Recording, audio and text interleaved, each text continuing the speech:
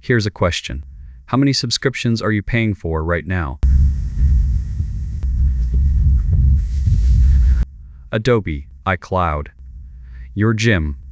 Maybe a meditation app you used twice. A news site you forgot about. The average American pays for 12 subscriptions. And about a third of them don't even remember all the ones they're paying for. That's not an accident. That's the machine working perfectly. 20 years ago, you bought software. You walked into a store, picked up a box, paid $300 for Photoshop, and it was yours, forever. You owned it. Then, Adobe did something that changed everything. In 2013, they killed the box. No more buying Photoshop. Now you rent it. $22.99 a month, forever. People were furious. Why would I pay forever for something I used to own? But here's what Adobe knew that the customers didn't. Under the old model, Adobe made $300 from you once. Maybe again in 3 or 4 years when they released a new version and you upgraded. So over 10 years they make maybe $600 to $900 from you under the new model. $22.99 a month times 12 months times 10 years.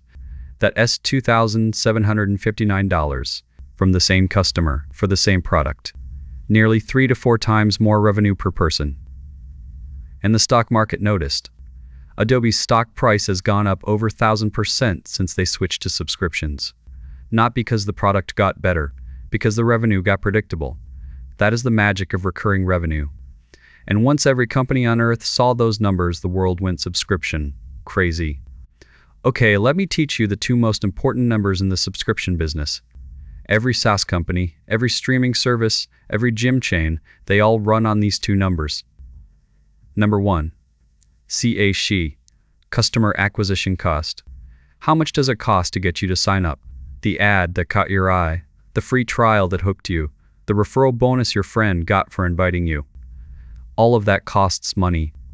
Number 2, LTV, lifetime value. How much total revenue will you generate before you cancel? The entire subscription business model comes down to one ratio, LTV divided by CAC. If it costs you $50 to acquire a customer, and that customer pays you $15 a month for an average of 24 months, the LTV is $360. LTV over CAC is 7.2x. That's a money printer. And here's the critical insight. The single most important lever in this equation isn't getting more customers. It's keeping them longer. If you can extend the average subscription from 24 months to 36 months, the LTV jumps from $360 to $540 without spending a single extra dollar on acquisition. That's why every subscription company on earth is obsessed with one metric above all others: churn. The percentage of customers who cancel each month. Reducing churn by even 1% can be worth billions. And that obsession with preventing churn explains every dark pattern you've ever encountered when trying to cancel a subscription. Let's talk about canceling. Because if you've ever tried to cancel a subscription, you know it's like breaking up with someone who won't accept it. You signed up in 30 seconds with one click. But to cancel, suddenly you need to navigate through 5 screens, explain your reason in a Twigo menu, survive 3, "Are you sure?" prompts, get offered a discount, and sometimes, I'm not kidding, call a phone number during business hours. This isn't bad design. This is brilliant design. Brilliant for the company, I mean. The industry calls these retention flows. The goal isn't to understand why you're leaving.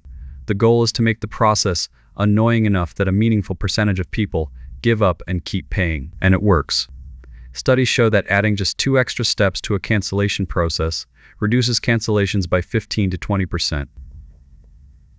2 clicks. That's worth millions in retained revenue. The F2C found that over 70% of subscription companies use at least 3 friction tactics in their cancellation process. And the average save rate, the percentage of people who start the cancellation process but don't finish it, is 15 to 25%. That means for every 4 people who decide to cancel, 1 of them gets trapped in the flow and keeps paying. Not because they changed their mind, because they got tired of clicking. Let me give you the most honest example of the subscription trap. The gym. Gyms are not in the fitness business. They're in the forgetting business. Think about the math. Planet Fitness has about 19 million members. Their average monthly fee is around $15, but their gyms are designed to hold maybe 300 people at a time. If all 19 million members showed up, the system would collapse instantly. The business model literally depends on you not using the product. That's why they make it easy to join and hard to cancel. That's why the $10 a month feels so small, you never bother stopping it. That's why they send you pizza on the first Monday of every month. They want you to associate the gym with comfort, not effort. And the numbers prove it.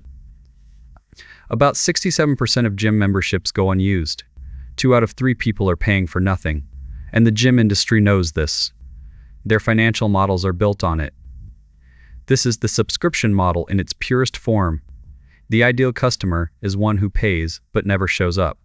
Now, zoom out. It's not just software and gyms anymore. Cars, subscription. BMW tried charging $18 a month for heated seats. Heated seats that were already installed in the car you bought. Food, subscription. Meal kits, coffee deliveries, snack boxes. Clothing, subscription. Rent, the runway stitch fix. Even physical products are being redesigned as subscriptions. HP printers that stop working if you cancel your ink subscription. John Deere tractors that require a software subscription to operate. The subscription economy hit $275 billion in 2024 and is projected to reach $1.5 trillion by 2030. It's growing 4 to 5 times faster than the S&P 500's revenue growth. Because Wall Street values predictable revenue above everything. A company that makes $100 million in one-time sales is worth less than a company that makes $80 million in subscriptions. Because the subscription company knows what next month looks like, and the month after that, and the year after that. Predictability is the product they're selling to Wall Street. Your recurring payment is the raw material. So let's do the personal math. 12 subscriptions at an average of $15 a month. That's $180 a month. $2,160 a year. Over 10 years, that's $21,600 on things you half use, quarter use, or completely forget about. But here's the real cost. If you invested that $180 a month instead, at a 7% average annual return after 10 years, you'd have about $31,000. After 20 years, over $93,000. Your forgotten subscriptions aren't just costing you money, they're costing you wealth. The machine is simple. Make it easy to start, hard to stop, and small enough each month that you never think about it. Multiplied by millions of customers, print money. That was the subscription machine. Next time we're going deeper into platform fees. Why Uber, the App Store, and food delivery apps all take 30%, and why that number only goes up. The platform trap. If you want to understand why the middleman always wins, subscribe. This is Money Machines.